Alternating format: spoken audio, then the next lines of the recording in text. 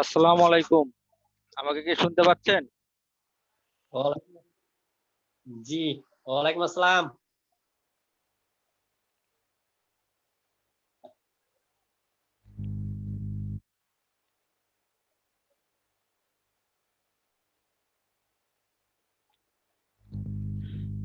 আচ্ছা, সবাই আপনারা মাইক্রোফোন গুলা অডিও কানেক্ট ঠিক মতো করে নিন, যাতে সবাই শুনতে পারেন। এই যে গ্যালাক্সি J4 প্লাস, আপনার মাইক্রোফোন এখনো ঠিক হয়নি, মাইক্রোফোনটা ঠিক করে নেন, না হলে হয়তো আমার কথা শুনতে সমস্যা হতে পারে বা আপনি হয়তো কথা নাও বলতে পারেন। তারপরে জুয়েল নামে যে আইডি আছে, আপনিও মাইক্রোফোন সঠিকভাবে কানেক্ট করে নিন।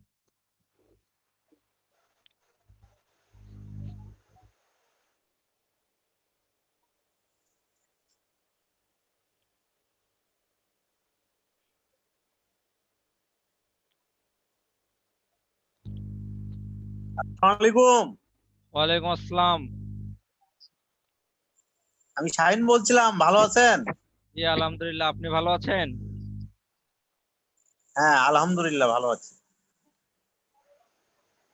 আমরা 2-1 মিনিট ওয়েট করি, সবাই জয়েন করুক, তারপরে আমরা ক্লাস শুরু করবো ইনশাল্লাহ।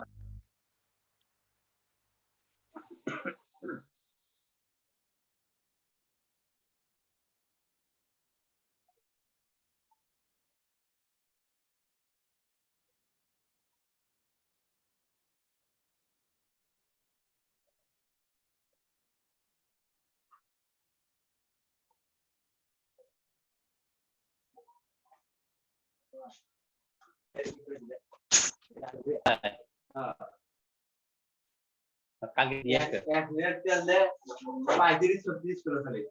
আজকে 1.5 লিটার তেল তোলা পড়ছে জানেন। আমি হাফ লিটার তুলছি, চলুন ভাই ধরে বন্ধ হয়ে গেছে।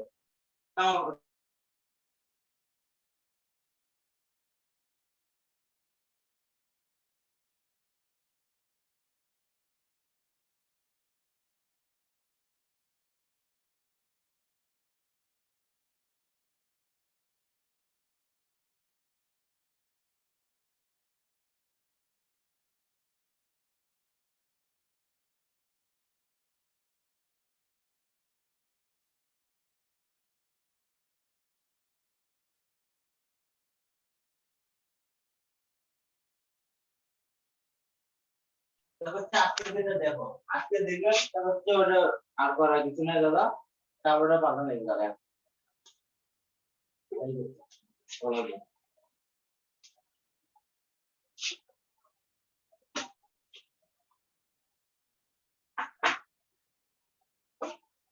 হ্যালো হ্যালো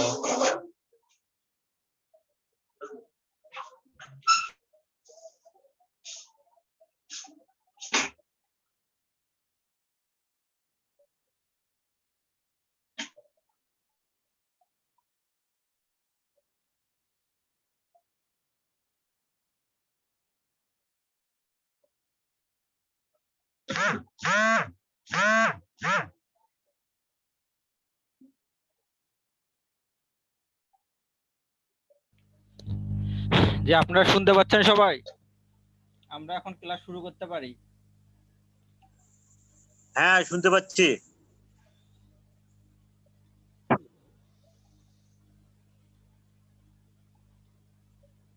ভাই, আদার পার্সন সবাই একটু মিউট করেন, মিউট করেন।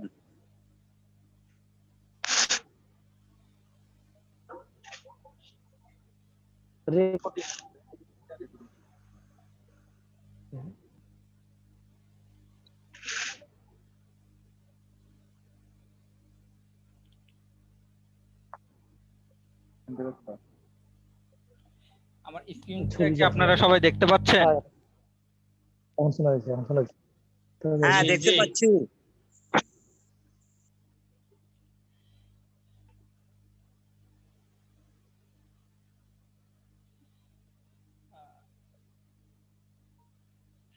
যাক, অনেকেই হয়তোবা জয়েন করতে পারেনি, এ, কিন্তু সময় যেহেতু সংকট, সেহেতু আমরা ক্লাস শুরু করতে পারি।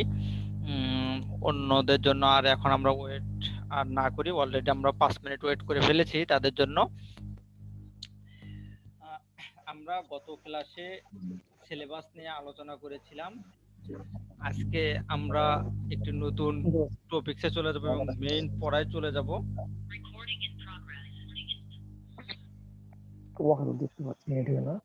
না ওরাই ভিডিও অফ রাখতে রেডি দিয়ে রাখতে তো আজকের ক্লাসে আপনাদের সবাইকে স্বাগতম। আশা করি সবাই মিউট করে রাখবেন, যখন কথা বলবেন তখন অবশ্যই আনমিউট করে কথা বলবেন।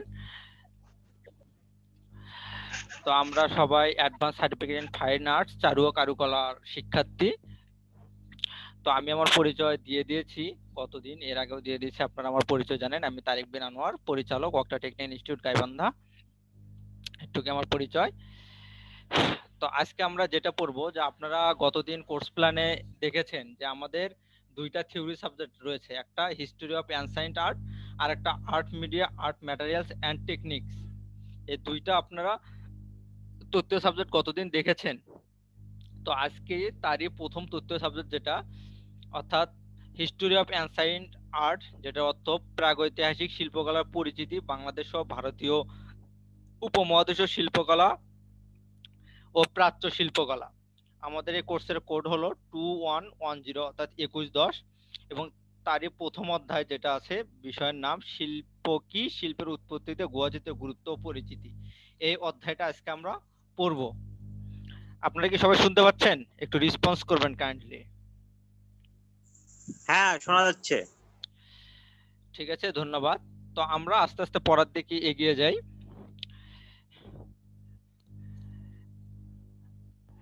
দেখেন, প্রথমেই আমাদের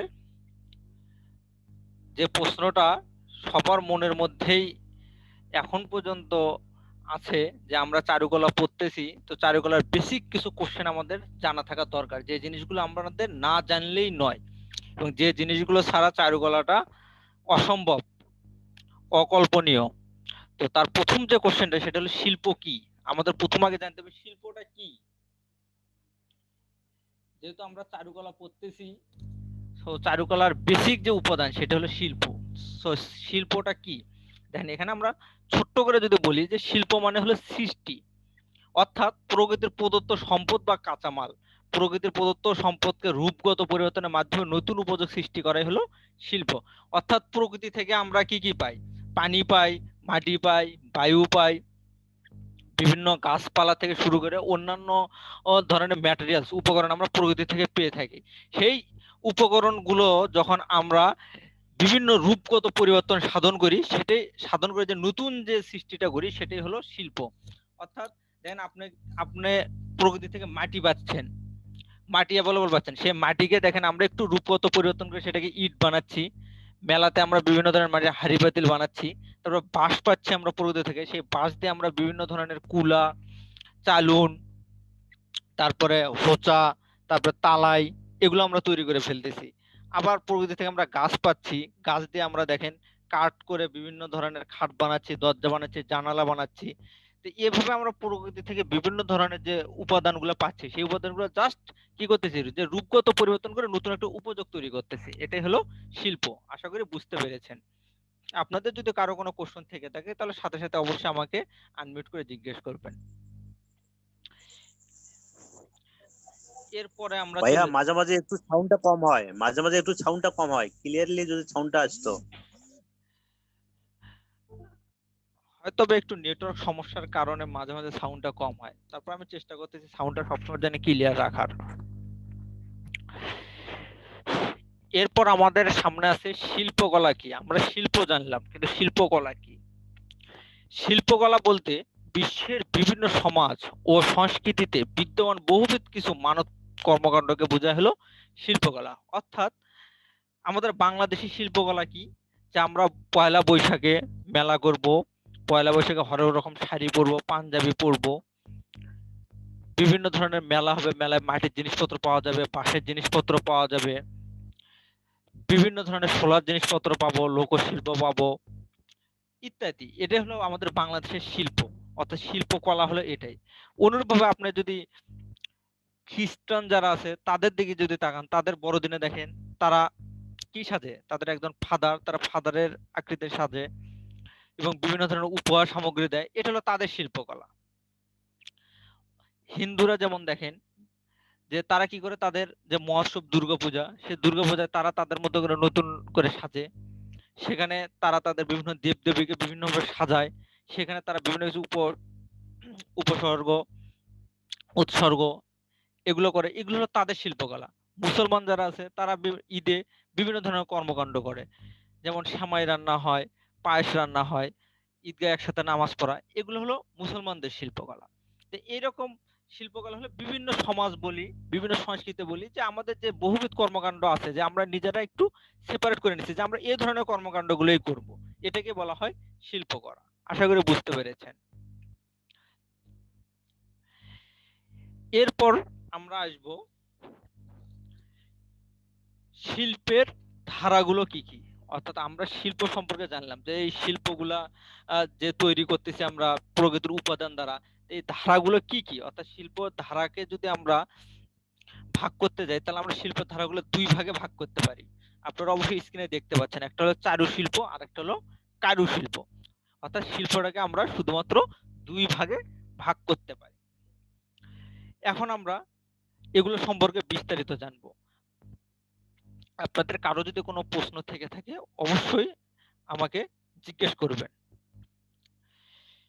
তাহলে চারুশিল্পটা কি? চারুশিল্প শিল্পীর সৃষ্টিশীল মনের একান্ত নিজস্ব সৃষ্টি। অর্থাৎ আপনাকে একটা উপাদান দেওয়া হয়েছে, সেটা আপনি আপনার ইচ্ছা মতো পরিবর্তন করে আপনার পছন্দসই কিছু তৈরি করাটাই হলো শিল্প। এটা হতে পারে আমার কাছে পছন্দ হতে হবে, বিষয়টা এমন না যে আপনার কাছে ভালো লাগছে। যেমন আপনাকে যদি একটা শোলা দেওয়া যায়, আপনি সেটা ভাঙে একটা চতুর্ভুজ তৈরি করলেন, যেটা আপনার কাছে ভালো লাগতেছে, এটাই একটা শিল্প হতে পারে।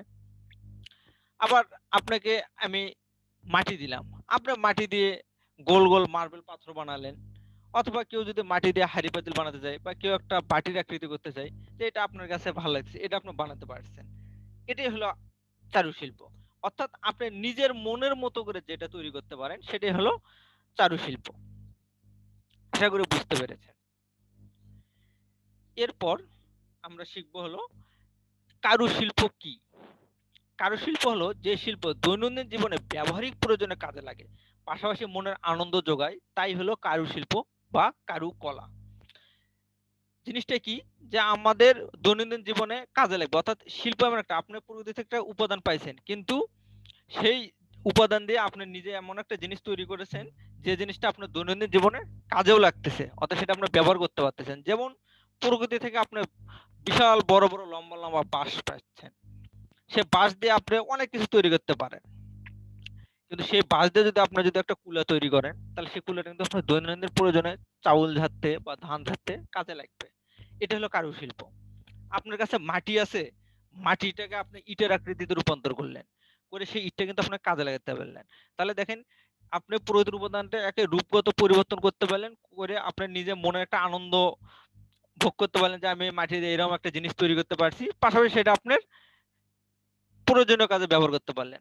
আপনি বাঁশ পাইছেন, বাঁশটাকে আপনি বিভিন্ন ভাবে কাটলেন, এটা করলেন ওটা করলেন, করে শেষ পর্যন্ত আপনি একটা খলাই বানালেন, যেটা আপনার মাছ রাখতে সাহায্য করবে।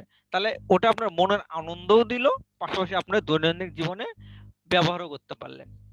তাহলে এটাই হচ্ছে কারুশিল্প। আশা করি বুঝতে পেরেছেন সবাই। এরপর খুবই গুরুত্বপূর্ণ একটি কোশ্চেন, যেটা আমাদের মনের মধ্যে থাকে সবসময়, যে শিল্পী কি, শিল্পী কারা। আমরা সব সময় গানের শিল্পীর কথা শুনি, নাচের শিল্পীর কথা শুনি, আর্ট শিল্পীর কথা শুনি, কারুশিল্পীর কথা শুনি, চারুশিল্পীর কথা শুনি, বিভিন্ন ধরনের শিল্পীর কথা আমরা শুনে থাকি। তো শিল্পী কি, শিল্পী কারা, সেটা যদি আমরা বলতে চাই, তাহলে শিল্পী হচ্ছে একজন ব্যক্তি যিনি শিল্পকর্ম সৃষ্টি, শিল্পকর্ম অনুশীলন বা শিল্প প্রদর্শন সম্পর্কিত কার্যকলাপের সাথে জড়িত থাকে। তাহলে শিল্পী কারা? যারা প্রকৃতির দেওয়া উপাদানগুলো থেকে নতুন একটা শিল্পকর্ম সৃষ্টি করে, প্রকৃতির উপাদানগুলো বিভিন্ন শিল্পকর্ম তৈরিতে অনুসরণ করে, এবং সেই জিনিসগুলো আমাদের সামনে প্রদর্শন করে বা আমাদের ব্যবহারিক প্রয়োজনে দেয়। এই ধরনের কার্যকলাপ যারা করতেছে তাদেরকে আমরা শিল্পী বলতে পারি। যেমন আপনার গ্রামের যে কুমোর আছে, যে মাটির তৈরি জিনিসপত্র দিয়ে আপনাকে সাহায্য করতেছে, তাকে আমরা শিল্পী বলতে পারি।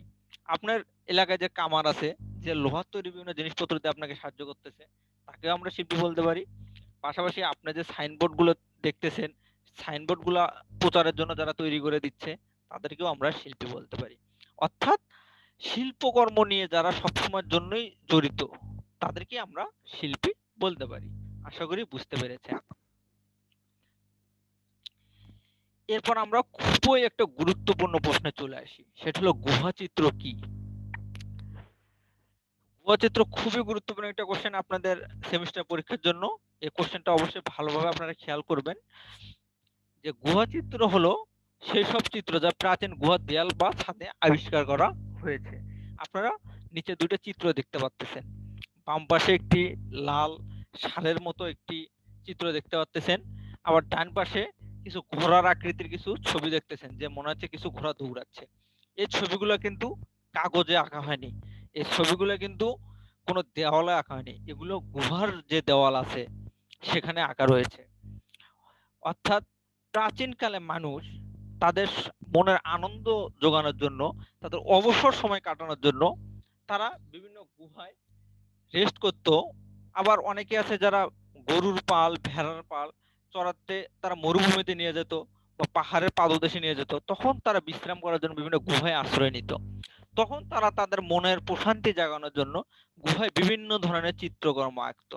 সেটাই হলো গুহা চিত্র বা দেওয়াল চিত্র, যেগুলো গুহার ছাদে বা দেওয়ালে পাওয়া গেছে। আপনারা নিচের দুইটি চিত্র দেখে আশা করি বুঝতে পেরেছেন।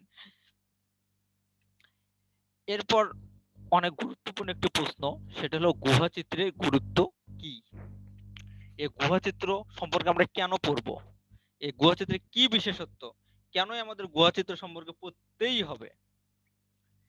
এই গুহা চিত্র সম্পর্কে পড়ার জন্য দীর্ঘদিন অনেক গবেষণা হয়েছে। অনেক যারা চিত্রশিল্পী রয়েছে প্রাগৈতিহাসিক থেকে আধুনিক এই সময় পর্যন্ত অনেক শিল্পীরা এই গুহা চিত্র নিয়ে অনেক গবেষণা করেছে।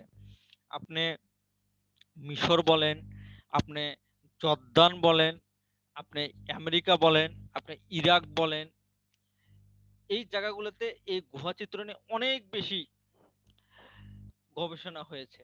তো আমরা এখন গুহা চিত্র সম্পর্কে কিছু গুরুত্ব শিখব, যে গুহা চিত্রের কি গুরুত্ব। গুহা চিত্রের গুরুত্ব প্রথমেই যেটা বলতে যায় যে প্রাগৈতিহাসিক যুগের শিল্পকর্ম সম্পর্কে ধারণা পাওয়া যায়। অর্থাৎ প্রাচীনকালে মানুষ কি ধরনের শিল্প পছন্দ করত, তাদের মনের খোরাক কি ছিল, কি ধরনের শিল্প তারা আঁকতো, সে গুহা চিত্রগুলো দেখলে আমরা কিন্তু বুঝতে পারি। আমরা বিভিন্ন গুহা চিত্র দেখেছি যেগুলো 1600 বছর আগের, 3200 বছর আগের, সর্বশেষ মানে যে গুহা চিত্র আবিষ্কার হয়েছে সেটা প্রায় 4500 বছর আগের, 4500 বছর আগের। তো 4500 বছর আগের একটা গুহা চিত্র দেখলে আমরা বুঝতেই পারি যে 4500 বছর আগে মানুষের মেন্টালিটিটা কেমন ছিল, তাদের মন মানসিকতা কেমন ছিল। তো প্রাগৈতিহাসিক যুগের সেই শিল্পকর্ম সম্পর্কে ধারণা পাওয়ার জন্য আমাদের গুহা চিত্র সম্পর্কে জানতে হবে। তারপর বরফ যুগ বা পেলিওলিথিক যুগ সম্পর্কে ধারণা পাওয়া যায়। অর্থাৎ অনেক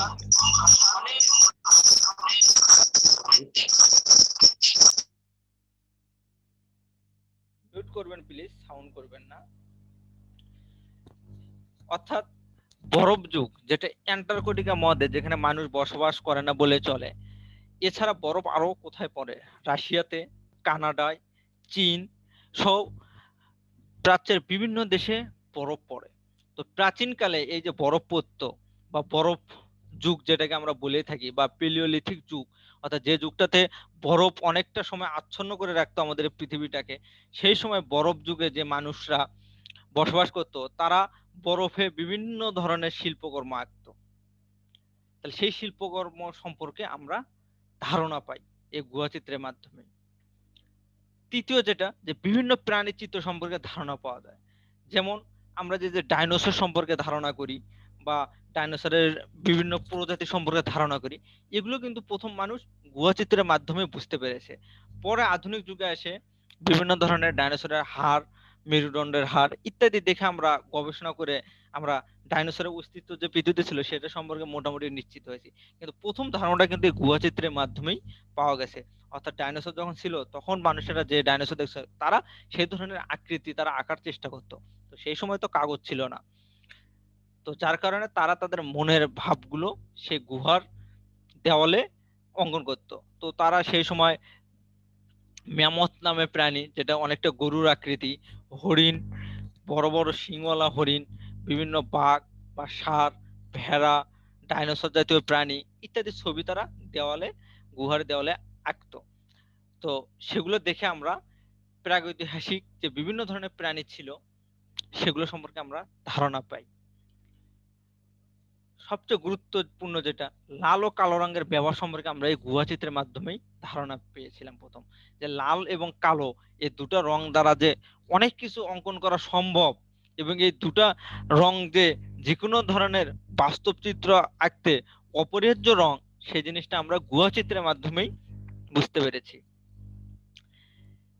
সর্বশেষ যেটি, লাল মাটি, হলুদ মাটি, কয়লা, খনিজ লোহা দ্বারা অঙ্কিত চিত্র সম্পর্কে ধারণা পাওয়া যায়। অর্থাৎ প্রাচীনকালে যে লাল মাটিও ছিল, হলুদ মাটিও ছিল এবং কয়লা, যে তখনকার আদিম মানুষেরাও যে কয়লা ব্যবহার করত, খনিজ লোহা ব্যবহার করত, সেগুলো এই চিত্রতে আমরা বুঝতে পেরেছি। অর্থাৎ অনেক চিত্র আমরা দেখেছি যেগুলো তারা কয়লা দিয়ে ঘষে ঘষে আর্ট করেছে।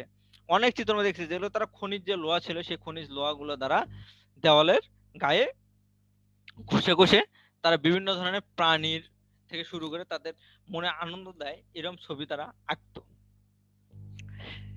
তো গুহা চিত্র গুরুত্ব এগুলাই, যে এগুলো সম্পর্কে আমরা জানতে পারি শুধু গুহা চিত্রের মাধ্যমে। তো গুহা চিত্রটা আপনাদের খুবই ভালো করে জানতে হবে।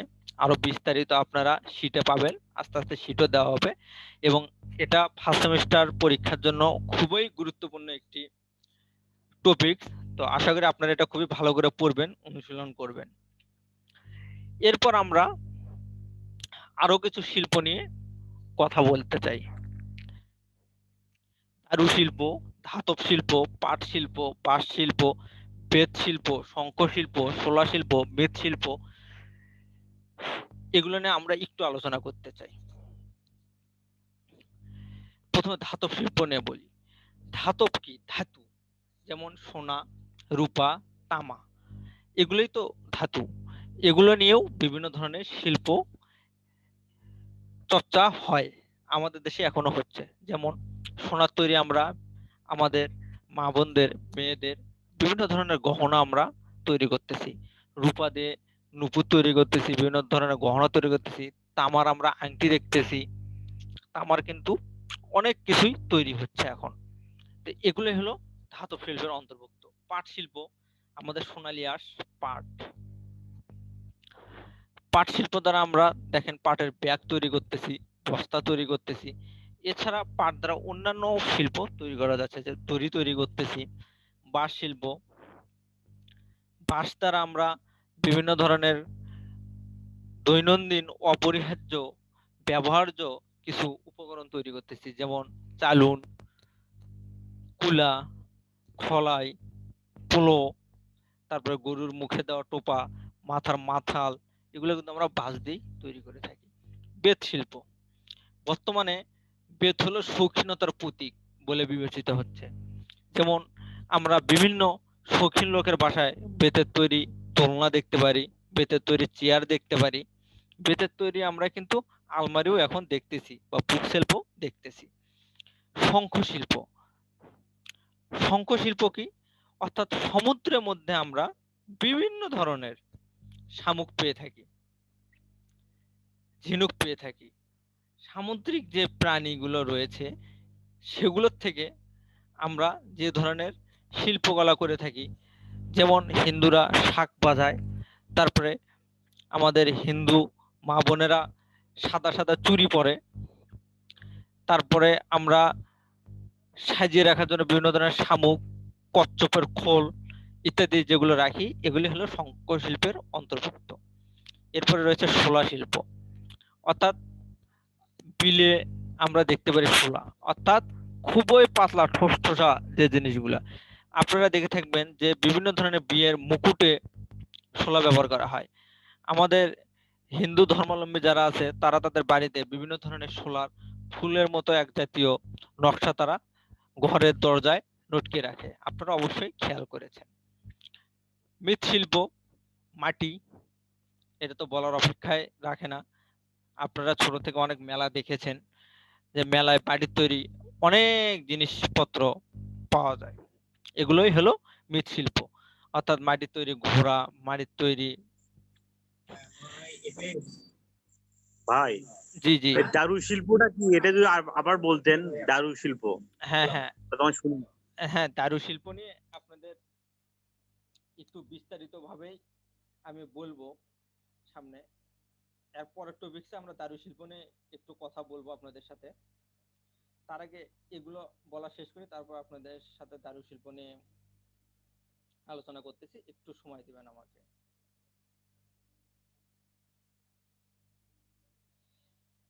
আচ্ছা, মৃৎশিল্প নিয়ে আমরা কথা বলতেছিলাম যে মৃৎশিল্প হলো যে মাটির তৈরি জিনিসপত্র, এটা আপনারা বুঝতে পেরেছেন। দারু শিল্পটা হলো কাঠের তৈরি শিল্প, অর্থাৎ কাঠ দ্বারা আপনারা যে দরজা বানান, কাঠ দ্বারা আপনারা যে খাট বানান, কাঠ দ্বারা আপনারা বিভিন্ন ধরনের চেয়ার বানান, টেবিল বানান, কাঠের তৈরি আলমারি বানান, এগুলো হলো দারু শিল্পের অন্তর্ভুক্ত। তাছাড়া কাঠের তৈরি বিভিন্ন ধরনের মূর্তি তৈরি করতেও দেখা যায়, এগুলো হলো দারু শিল্প। বুঝতে পেরেছেন কি? এখন আপনারা জি ভাইয়া, বর্তমানে দেখবেন যে খাটের বিভিন্ন ধরনের নকশা করা হয়, কাঠের উপর ইলেকট্রিক মেশিন দ্বারা যে নকশা করা হয়, এটাও দারু শিল্পের অন্তর্ভুক্ত। দরজাতে আপনারা নকশা দেখছেন, চেয়ারে বিভিন্ন ধরনের নকশা দেখছেন, এগুলো কম বেশি আমাদের সবার বাড়িতে আছেই, এগুলো হলো দারু শিল্পের অন্তর্ভুক্ত। বুঝতে পেরেছেন কি? তো আমরা বিভিন্ন ধরনের শিল্প সম্পর্কে মোটামুটি ধারণা নিলাম, আশা করি আপনারা সবাই বুঝতে পেরেছেন এই শিল্পগুলো সম্পর্কে। তারপরে যদি কারো কোনো কোশ্চেন থাকে তো আমাকে করতে পারেন। তো ধন্যবাদ এতক্ষণ মনোযোগ দিয়ে এই টপিকসগুলো শোনার জন্য। এখন আপনাদের কাছ থেকে কোশ্চেন নেব যে এতক্ষণ আমরা যা যা পড়লাম আপনাদের কারো কোনো কোশ্চেন আছে কিনা। তো যার যা কোশ্চেন আছে সেই কোশ্চেনগুলো আমাকে করেন, আমি আশা করি আপনাদের উত্তর দেওয়ার চেষ্টা করব। বলেন, আপনাদের প্রথম থেকে কারো কোনো প্রশ্ন আছে কিনা?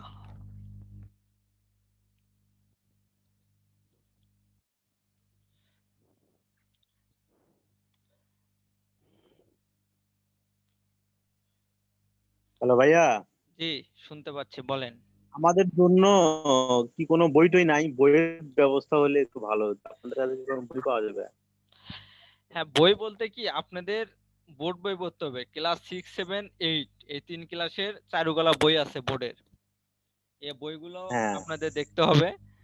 আর হ্যাঁ বুক লিস্টটা অনেক লম্বা বুক লিস্ট, আমাদের এই যতগুলো চ্যাপ্টার আছে সবগুলো চ্যাপ্টার একটা নির্দিষ্ট বইয়ের মধ্যে দেওয়া নাই, অর্থাৎ একটা বই পড়তে গেলে আপনাকে 4-5টা বই কিনতে হবে, যার কারণে আমরা অধ্যায়গুলো ভাগ ভাগ করে নিয়ে আমরা নিজেরাই শীট তৈরি করেছি, এই কারণেই জি জি যাতে আপনাদের পুরো বই কতগুলো বই যাতে কিনা না লাগে। আমাদের বুক লিস্টে জি জি জি বই দেওয়া আছে হলো 22টা বই পড়লে আপনি জি আমাদের সবগুলো টপিকস কভার করতে পারবেন। জি জি। তো না, আমি 22টা বলতেছি কি, এই যে ইয়ে আছে, এইগুলো যদি আমরা যদি সবাই মিলে ওই যে আপনাদের ওখানে যে বইগুলো থাকতো, তাহলে যদি আমরা সংগ্রহ করতাম তাহলে একটু ভালো হতো। আমরা ওই জন্য শীট দেবো যেখানে আপনারা এগুলো সমস্ত প্রশ্নের উত্তরগুলো ঠিক আছে, পেয়ে যাবেন। তাহলে কোনো সমস্যা নেই। হ্যাঁ, এটা আমরা আস্তে আস্তে শীত দেবো, আপনারা ক্লাস ক্লাস করতে থাকেন, আগে নিজেরা কিছুটা চেষ্টা করেন, স্টাডি করেন, তারপর আমরা তো দেবই, আমরা তো আছি আপনাদের সাথে। জি জি, সমস্যা নেই ভাই। আচ্ছা, আপনাদের কারো যদি কোনো কোশ্চেন না থাকে তাহলে আজকের অ্যাসাইনমেন্ট আপনারা লিখে নেন। খুবই দুঃখজনক ব্যাপার যে আপনারা অ্যাসাইনমেন্ট জমা দেননি, আমি শুধুমাত্র একজনের অ্যাসাইনমেন্ট পেয়েছি এখন পর্যন্ত, বাকি আপনারা কেউ অ্যাসাইনমেন্ট জমা দেননি। দেখেন, আপনাদের অবশ্যই অ্যাসাইনমেন্ট গুলো জমা দিতে হবে, অ্যাসাইনমেন্ট জমা না দিলে আপনারা প্র্যাকটিক্যালি নাম্বার পাবেন না, সেই ক্ষেত্রে আপনারা আমাদের দোষারোপ করতে পারবেন না। তো আজকের অ্যাসাইনমেন্টটা এর আগে এই অ্যাসাইনমেন্টটা কি ছিল ভাইয়া? চারুকলা কোর্সের লক্ষ্য উদ্দেশ্য। এর আগের অ্যাসাইনমেন্টটা ছিল যে চারুকলা শিক্ষার প্রয়োজনীয়তা কি, এই অ্যাসাইনমেন্ট ছিল। তো ওই অ্যাসাইনমেন্ট সহ এইটা সহ আপনাদের জমা দিতে হবে। আপনারা অ্যাসাইনমেন্টটা ঝটপট লিখে নেন। চারুকলা শিক্ষার মাঝে কারিগরি চর্চা নিহিত, ব্যাখ্যা করো। এটা আপনার অ্যাসাইনমেন্টটা 25 তারিখের মধ্যে আপনারা জমা দিবেন, এবং জমা দিবেন আপনারা পিডিএফ করে অথবা ছবি তুলে। আপনারা একটা খাতায় লিখবেন প্রশ্নের উত্তর, লিখে পিডিএফ করবেন অথবা ছবি তুলবেন, তুলে আমাদের এই যে ইমেল অ্যাড্রেসটা আপনারা দেখতে পাচ্ছেন 18177 আবার জি জি আবার একটু প্রশ্নটা যদি বলতেন। চারুকলা শিক্ষার মাঝে কারিগরি চর্চা নিহিত, ব্যাখ্যা করো। ভাই একটু লাইনে থাকেন, আমি লিখে নেই একটু। হ্যাঁ, স্ক্রিনশট দিয়ে নিতে পারেন, আপনি স্ক্রিনশট দিয়ে রাখতে পারেন। আচ্ছা দাঁড়ান। আর না হলে লিখে নেন অবশ্যই। চারুকলা শিক্ষার মাঝে কারিগরি চর্চা নিহিত, ও আচ্ছা ঠিক আছে। ব্যাখ্যা করো।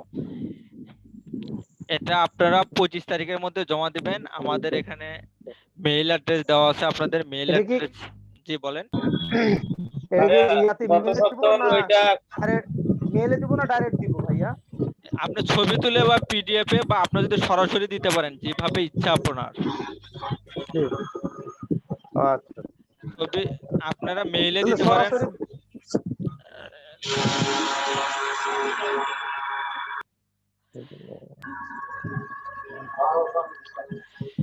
তো আপনারা মেইলে দিতে পারেন অথবা আমাদের ফেসবুক পেজ আছে, ফেসবুক পেজে এসএমএস করে দিতে পারেন ছবি তুলে। আচ্ছা আর আপনারা নিচে একটা লিংক দেখতে পাচ্ছেন, ভাই সাইট আমরা এটা অ্যানসার কিভাবে পাবো? অ্যানসার আপনারা খোঁজ করবেন, আপনারা ক্লাস 6 7 8 এর বইয়ে খোঁজ করবেন, পাশাপাশি আপনারা গুগলে সার্চ করবেন, অর্থাৎ আপনারা একটু চেষ্টা করবেন নিজের থেকে। তারপরে এগুলোর উত্তর আমরা পরে পরে আমরা দেখিয়ে দেব, আগে আপনারা চেষ্টা করে লিখে দিবেন, ঠিক আছে?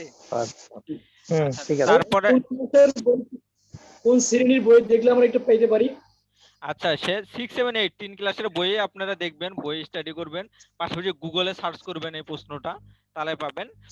আর আপনাদের বইগুলো আমি পিডিএফ আকারে দেওয়া আছে। এই যে আমি দেখাই দিচ্ছি আপনাদের, এই যে দেখেন, এটা আমার সাইট। এই সাইটের লিংক তো আপনারা সবাই পাইছেন না?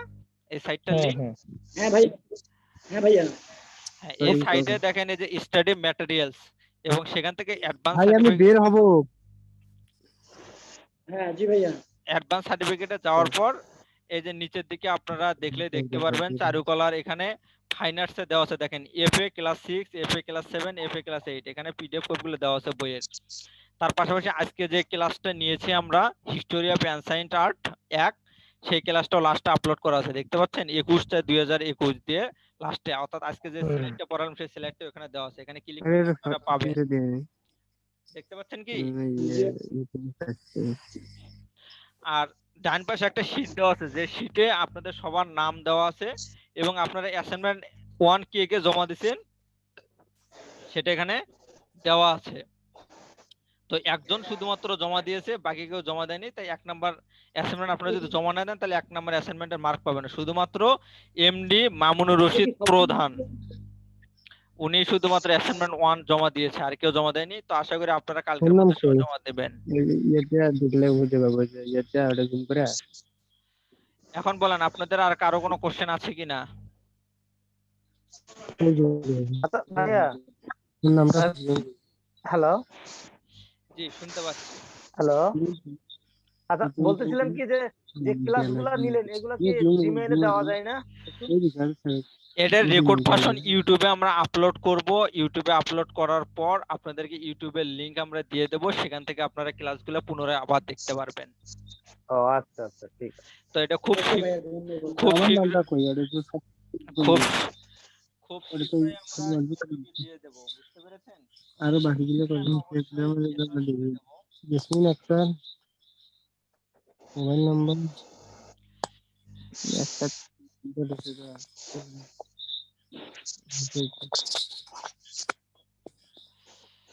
তো আশা করি আপনারা সবই বুঝতে ভাই সবার নামের লিস্টটা কি আরেকবার দেখাবেন?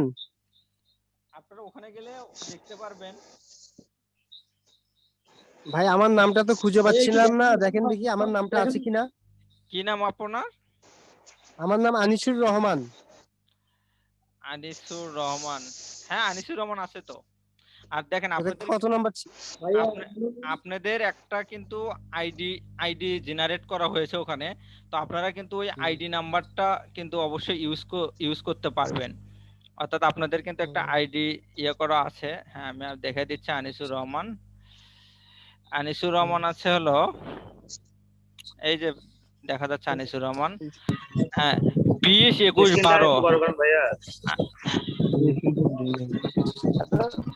ভাইয়া একটু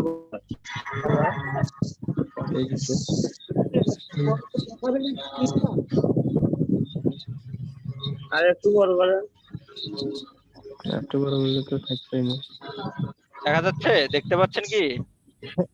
হ্যাঁ হ্যাঁ ভাই দেখতে পাচ্ছি আনিসুর রহমান। আর বড় হবে না, এটাই সর্বোচ্চ। আনিসুর রহমান জীবন থেকে এখনো ব্যস্ত, ঠিক আছে। আচ্ছা ভাইয়া এখন দুরুল হুদা নামটা দেখেন তো আছে নাকি কোন রে? হ্যাঁ, দুরুল হুদা আছে। কত নাম্বারে দেখেন তো? দুরুল হুদা আছে হলো 36 নাম্বার, 20 21 36 দুরুল হুদা। পাইছি। আচ্ছা ভাইয়া, হ্যাঁ বলেন। মোহাম্মদ ইমাদুল হক আছে নাকি দেখেন তো হ্যাঁ, একটু। অবশ্যই ইমাদুল হক আছে। ইমাদুল হক আছে, 20 21 23 আছে ইমাদুল হক। ভাই আমারটা আমি তো খুঁজেই পাচ্ছি না। শাহিন হ্যাঁ, শাহিন আনিসুর মিয়া, রহমান ভালো না। শাহিন মিয়া লাস্টে আছে। এই যে শাহিন মিয়া 20 21 35 আছে শাহিন মিয়া। 35 না? হ্যাঁ, বলেন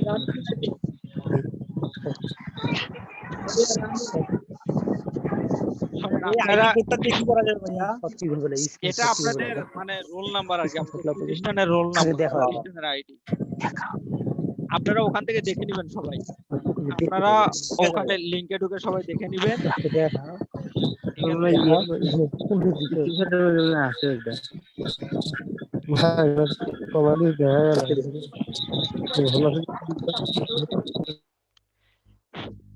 আচ্ছা ঠিক আছে, আমাদের ক্লাস আজকে দীর্ঘায়িত করব না। তো আপনাদের যদি আরো কারো কোনো কিছু জানার থাকে, বলার থাকে, তাহলে অবশ্যই আমাকে বলেন। এখনো সময় আছে, আমরা 3 মিনিট আরো সময় পাচ্ছি। ভাইয়া তারপর গত সপ্তাহ কোশ্চেনটা একটু বলবেন? চারুকলা শিক্ষার প্রয়োজনীয়তা বর্ণনা করো। গত সপ্তাহের কোশ্চেন। হ্যাঁ,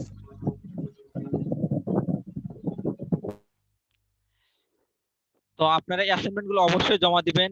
এখনো যারা জমা দেননি, অনুগ্রহপূর্বক অ্যাসাইনমেন্ট অবশ্যই জমা দিবেন। অ্যাসাইনমেন্ট জমা না দিলে কিন্তু আমরা আপনাদের সঠিকভাবে মার্ক দিতে পারবো না। তাই অবশ্যই অ্যাসাইনমেন্ট জমা দিবেন। আর আমাদের ওই সাইটে আপনারা ঢুকে সাইটে ভিজিট করে আপনারা আপনাদের প্রয়োজনীয় পিডিএফ গুলো ডাউনলোড করে নেবেন। এবং ভাইয়া স্ক্রিনে ওই গত সপ্তাহের কোশ্চেনটা একটু দেন, আমি একটু স্ক্রিন টাচ করে নিই। এখন তো এই মুহূর্তে দেওয়াটা সম্ভব না, ওটা অলরেডি মিশে গেছে কোশ্চেন, তো যার কারণে ওটা দিতে পারতেছি না। তো আমরা আগামী আবার মঙ্গলবার দিন ক্লাস নেব 25 তারিখে। তো 25 তারিখে ক্লাসের জন্য সবাই প্রিপারেশন নেবেন এবং আশা করি 25 তারিখে অ্যাসাইনমেন্ট গুলো দিয়ে দিবেন। আর ওই শীটে প্রতিনিয়ত আপডেট হবে কারা অ্যাসাইনমেন্ট দিচ্ছে আর কারা অ্যাসাইনমেন্ট দিচ্ছে না। তো আপনারা গুগল সাইটে গেলে ওই শীটটা পাবেন। ওই শীটে আপনাদের সবার নাম এবং আইডি নাম্বার দেওয়া আছে, তো ওই দুটো দেখতে এবং পাশাপাশি আপনাদের ফোন নাম্বার দেওয়া আছে, যাতে একে অপরের সাথে যোগাযোগ করতে পারেন। ঠিক আছে? আচ্ছা, আমি এই ফোন নাম্বারে একটু যোগাযোগ করতে পারবো না? হ্যাঁ, যোগাযোগ করা যাবে, কিন্তু আবার একে অন্যকে আবার ডিস্টার্ব করা যাবে না। যেহেতু আপনারা সবাই সিনিয়র পারসন, এটা আর না বললাম, অন্যকে হ্যারাসমেন্ট করা যাবে না। তো আশা করি আপনাদের আজকের ক্লাস নিয়ে কোনো যদি কমেন্ট থাকে তারপরেও অবশ্যই আমাদের মেসেজ করবেন, জানাবেন। যে কোনো ধরনের কমেন্ট বা উত্তর আমরা সবসময় দেওয়ার চেষ্টা করব এবং চেষ্টা আছি, এবং আপনাদের পরামর্শ আরো কিভাবে ক্লাস নিলে আপনাদের সুবিধা হয় সেটা আমাদের জানালে আমরা সেভাবে নেওয়ার চেষ্টা করব। এবং পাশাপাশি আর কিছু অনলাইনে ক্লাস হবে, আপনাদের অফলাইনে ক্লাস নেওয়ারও ব্যবস্থা করব ইনশাল্লাহ। ঠিক আছে, সবাই ভালো থাকবেন, সুস্থ থাকবেন, ঠিকঠাক মতো অ্যাসাইনমেন্ট গুলো করবেন। আজকে এই পর্যন্তই, ধন্যবাদ সবাইকে। আসসালামু আলাইকুম। ওয়ালাইকুম আসসালাম। আসসালামু আলাইকুম। ওয়ালাইকুম।